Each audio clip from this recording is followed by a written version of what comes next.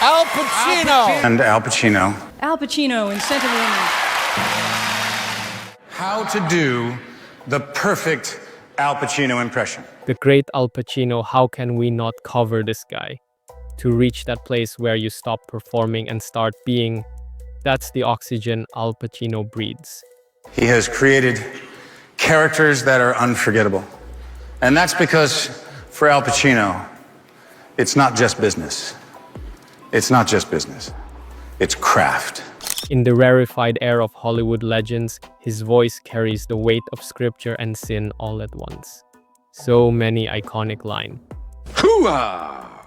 But don't ever take sides with anyone against the family again.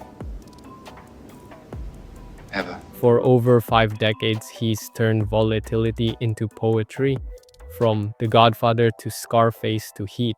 I swear this guy made a deal with the gods to be in that many iconic movies. But devotion that deep has a cost. I can presume that an actor as successful as he is would build up his own idea of how to act. Every artist who chases truth eventually collides with someone guarding order. At the end of the day, it's Hollywood. There will always be a clash of egos and beliefs. These are 5 moments when Pacino's pursuit of honesty turned collaboration into confrontation. I still remember reading that Pacino almost didn't survive week 1 of The Godfather. Imagine the studio execs staring at dailies muttering, "He's too quiet, too small." Even Coppola doubted him. Entertainment Weekly wrote about this. Francis Ford Coppola nearly fired Al Pacino after early footage, telling him, "You're not cutting it." Pacino recalled the rocky road to cinematic glory in his new memoir, Sonny Boy. "You know how much you mean to me, how much faith I had in you." Pacino recalled his director, Francis Ford Coppola, telling him only a week and a half into shooting. And Francis said, "Well, you're not cutting it." Can you imagine what Godfather would have been like with no Al Pacino? Like, that's really unthinkable that we nearly did not get that performance. Pacino responded the only way he knew, by shrinking further, letting silence do the talking. That restraint became Michael Corleone's menace. When Coppola showed the Sicilian wedding reel, the execs finally saw it. The storm brewing behind the stillness. To be honest, there are plenty other scenes Coppola could have used. Pacino wasn't failing. He was building pressure. That early near-firing forged his rule for life. Never let your worth be debated in someone else's boardroom. He walked into The Godfather a risk and made it his own. Personally, Coppola simply has super high standards in his way of making movies. We are just lucky that we got to see The Godfather in its entirety. Excuse me. Could I ask you about these? What about them? What are they for? 7 years later, Pacino signed on for William Friedkin's Cruising, a dark dive into New York's underground. I like to think myself of a Al Pacino fan, but I ain't never watched this movie. We'll need to watch it sometime, but back to the drama. 2 alpha artists, one craving control, the other truth, couldn't occupy the same frame for long. Their conflict was pretty well documented, but let's be honest, in today's world, no one really knows William Friedkin, so kind of makes sense why no one really heard about this.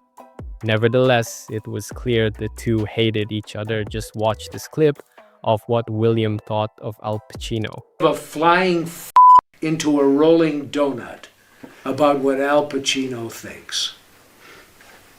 Is that an answer to your question, Greg? Yeah, it's the straightest answer I could. I could be sitting here for an hour and try and explain it, but that's a fact. Exactly.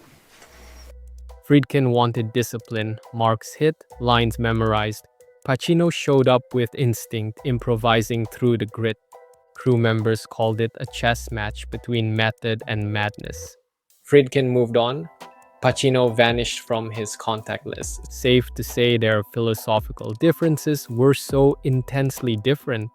Like, can you imagine you donate your entire paycheck just because of one guy?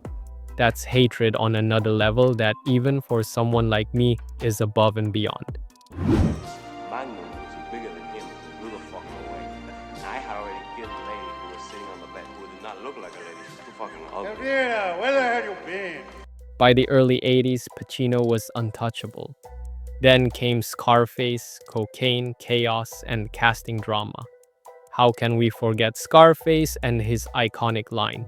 He fought hard to play Tony Montana, but ironically tried to block the woman who defined the film's soul. In a People's Magazine article, Michelle stated that Pacino, 85, also didn't want her for the part originally. She then told one of her favorite stories about making him bleed during her screen test. She was too unknown, too soft, he thought. But when her screen test left his hand bleeding, he knew she belonged. Weird way to choose someone over making you bleed, but Al's instincts were right on the money. Pfeiffer later said, "I could feel he didn't want me there. And yet that distance built the film's chill." I think the worst experience I had auditioning was when I auditioned for Scarface.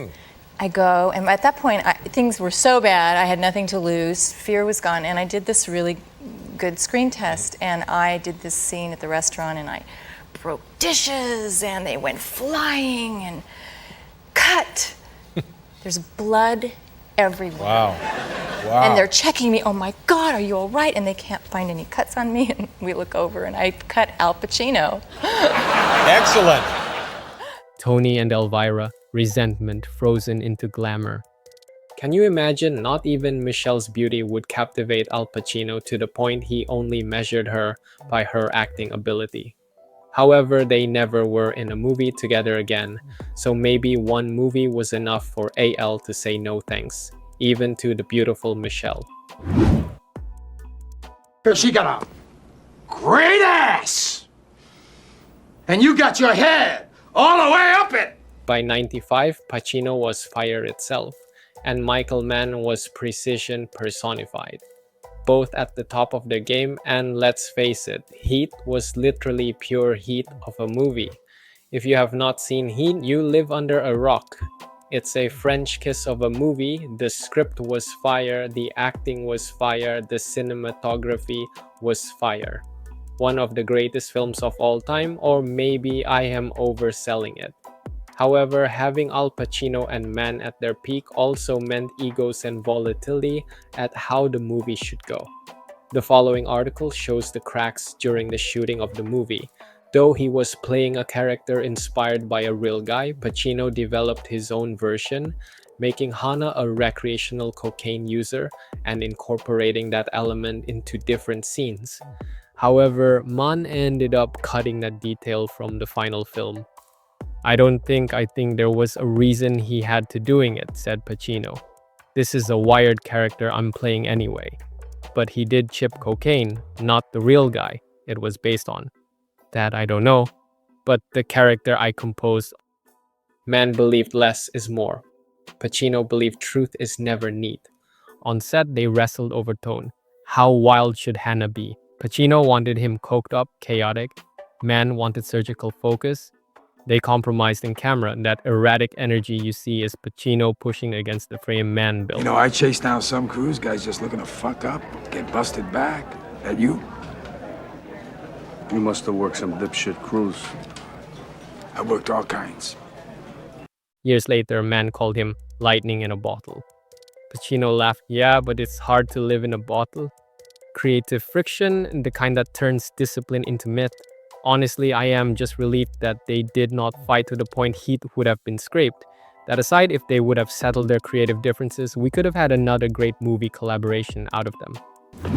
Whoever told you that you could work with men? Could I, Oh, I'm gonna have your job, shithead. I'm going downtown. I'm gonna talk to Mitch and Murray. I'm going to Lemkin. I don't care whose nephew you are, who you know, whose dick you're sucking on, you're going out. I swear to you, you're going. Let's get this done. If you've seen Pacino explode at Kevin Spacey in Glengarry Glen Ross, you know why the clip still circulates decades later. It feels too real to be acting. Putting aside the controversy that destroyed Spacey's career, one could say he was a pretty good actor. very methodical. I like his movies. Pair him up with an actor like Al Pacino, who is all about instinct, you bound to get some headbutting. The late director James Foley, may he rest in peace, once said working with them was like two different religions of acting sharing the same church. There was no offset feud, just mutual respect for the danger they could summon in each other. Sometimes performance becomes so charged it transcends friendship or conflict. It just is. What we see as anger was two craftsmen welding in real time. Still, every time I rewatch that scene, I wonder if they left a little of themselves burning there. Al Pacino has spent half a century proving that truth in art isn't found in agreement. It's found in the clash. The moment someone says, "That's too much," and he keeps going anyway. From Coppola's set to Friedkin's rage, from De Palma's cold Miami lights to Mann's disciplined chaos. Every conflict was a lesson in conviction. Because to Pacino, the only bad fight is the one you don't feel. Who knows, without Al Pacino's strong mind and belief in what he believed was top acting, we would not have gotten some of his best performances. Safe to say he knows what he is talking about, as can be seen in his large amount of top movies in his repertoire. I would not say Al Pacino is a bad person to work with, it's just a clash of ideals, and Al Pacino deserves to have his opinion he earned. Thanks for watching, subscribe for more Studio Craft deep dives. We'll see you in the next one.